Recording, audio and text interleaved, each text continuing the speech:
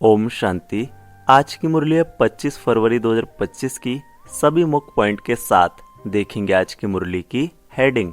बाबा ने कहा, मीठे बच्चे, सबको यह खुशखबरी सुनाओ कि भारत अब फिर से स्वर्ग बन रहा है।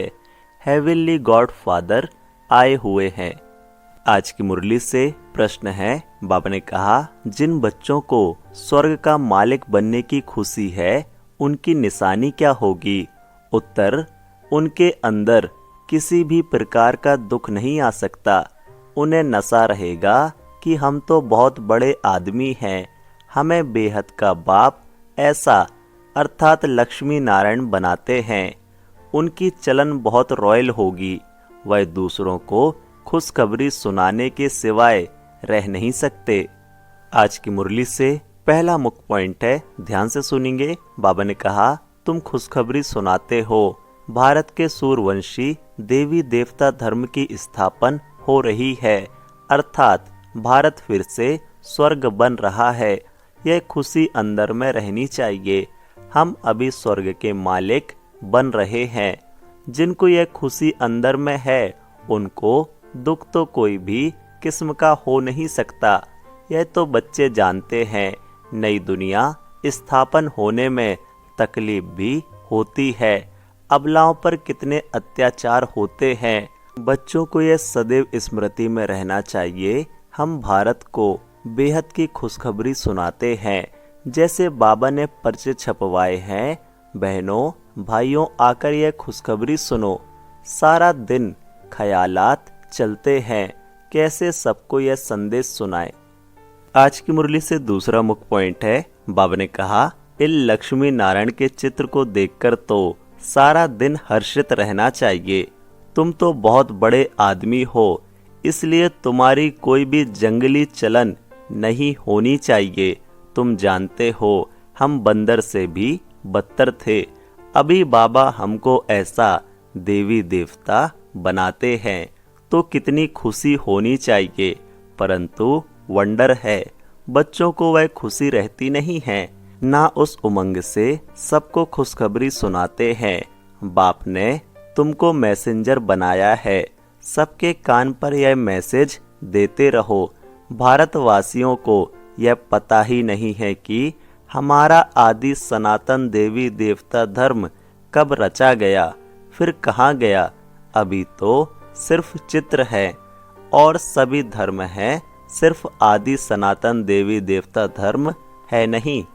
मुरली से तीसरा मुख्य पॉइंट है। बाबा ने कहा, जिनको गृहस्थ व्यवहार का बंधन नहीं, वानप्रस्थी हैं अथवा विधवाएं हैं, कुमारियां हैं, उनको तो सर्विस का बहुत चांस है। सर्विस में लग जाना चाहिए। इस समय शादी करना बर्बादी करना है, शादी ना करना आबादी है। बाप कहते हैं, यह मृत्यु लोक पतित दुनिया विनाश हो रही है। तुमको पावन दुनिया में चलना है तो इस सर्विस में लग जाना चाहिए।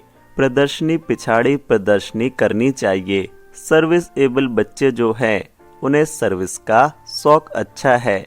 बाबा से कोई कोई पूछते हैं, हम सर्विस छोड़ें अर्थात अपनी जॉब छोड़ें? बाबा देखते हैं, लायक है तो छुट्टी देते हैं। भल सर्विस करो। कौन सी सर्विस? ईश्वरी सर्विस। मुरली से चौथा मुख्य पॉइंट है। बाबा ने कहा, देखना चाहिए हमारे में कौन से अवगुण हैं। तुम इन बैजेस पर तो बहुत सर्विस कर सकते हो। यह फर्स्ट क्लास चीज है, भल पाई पैसे की चीज है, परंतु इनसे कितना ऊंच पद पा सकते हैं। मनुष्य पढ़ने लिए किताबों आदि पर कितना खर्चा करते हैं। यहाँ किताब आदि की तो बात नहीं, सिर्फ सबके कानों में संदेश देना है। यह है बाप का सच्चा मंत्र। बाकी तो सब झूठे मंत्र देते रहते हैं। झूठी चीज की वैल्यू थोड़ी ही होती है। वैल्यू हीरो की होती है, ना कि पत्थरों की। यह जो गायन है, एक एक वर्षंस लाखों की मिल्कियत है। वह इस ज्ञान के लिए कहा जाता है। मुरली से पांचवा मुख्य पॉइंट है। बाबा ने कहा, 84 लाख योनियां कहने से कुछ भी बात बुद्धि में बैठती नहीं।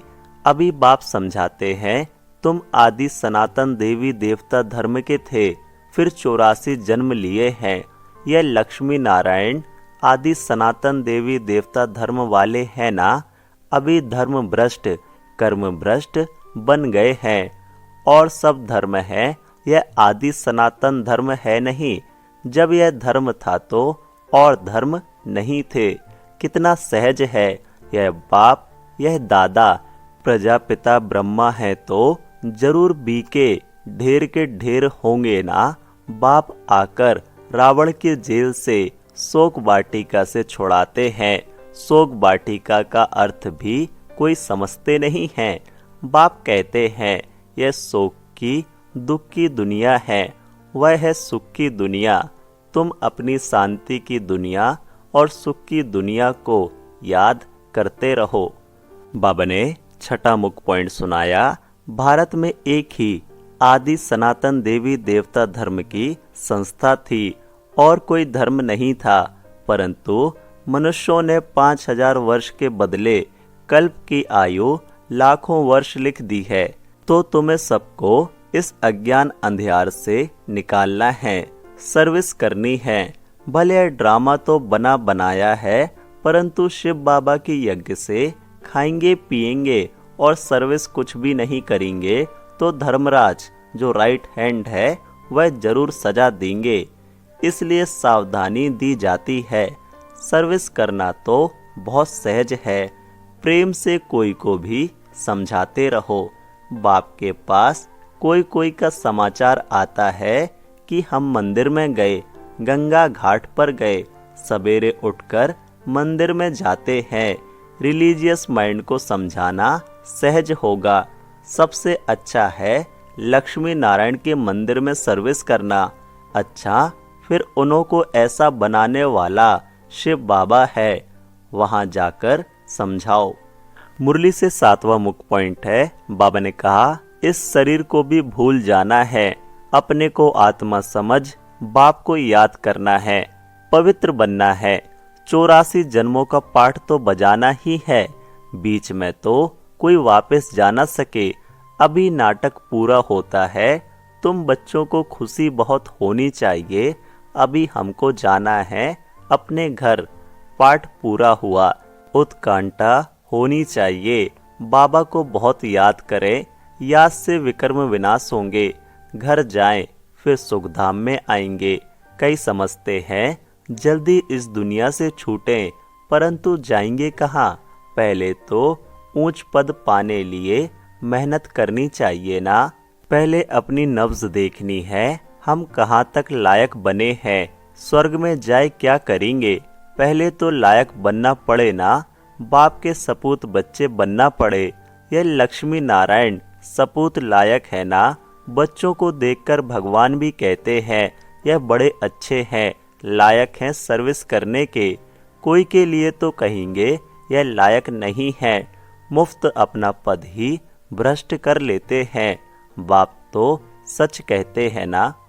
मुरली से 8वां मुख्य पॉइंट है। बाबा ने कहा जो मेरे भक्त हैं उनको यह खुशखबरी सुनाओ कि अभी शिव बाबा वर्षा दे रहे हैं। वह कहते हैं मुझे याद करो और पवित्र बनो तो पवित्र दुनिया के मालिक बन जाएंगे। इस पुरानी दुनिया को आग लग रही है। सामने एम ऑब्जेक्ट देखने से बड़ी खुशी रहती है। हमको यह बनना है। सारा दिन बुद्धि में यही याद रहे तो कभी भी कोई शैतानी काम ना हो। हम यह बन रहे हैं, फिर ऐसा उल्टा काम कैसे कर सकते हैं? क्या बन रहे हैं? लक्ष्मी नारायण देवी देवता, परंतु किसकी तकदीर में नहीं है तो ऐसी ऐसी युक्तियां भी रचते नहीं। अपनी कमाई नहीं करते। कमाई कितनी अच्छी है।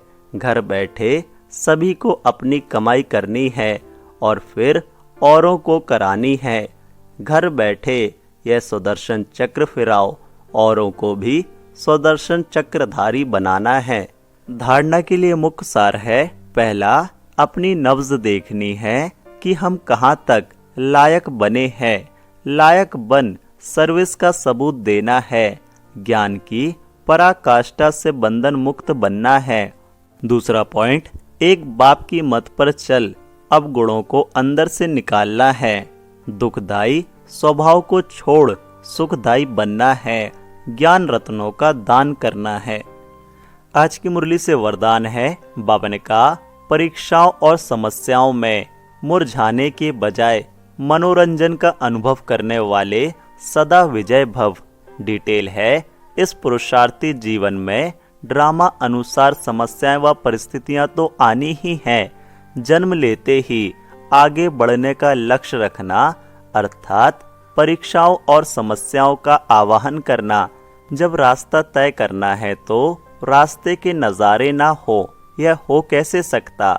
लेकिन उन नज़ारों को पार करने के बजाय यदि करेक्शन करने लग जाते हो तो बाप की याद का कनेक्शन लूज हो जाता है और मनोरंजन के बजाय मन को मुरझा देते हो। इसलिए वह नज़ारा, वहाँ के गीत गाते आगे बढ़ो, अर्थात सदा विजय भव के वरदानी बनो। आज की मुरली से स्लोगन है, बाबा ने कहा, मर्यादा के अंदर चलना माना, मर्यादा पुरुषोत्तम बनना। अव्यक्ति सारे एकांत प्रिय बनो, एकता और एकाग्रता को अपनाओ। बाबा ने कहा, एकांतवासी अर्थात अनुभवी मूर्त वर्तमान समय के प्रमाण अभी वानप्रस्थ अवस्था के समीप हो। वानप्रस्थी गुड़ियों का खेल नहीं करते हैं। वानप्रस्थी एकांत और सुमिरण में रहते हैं।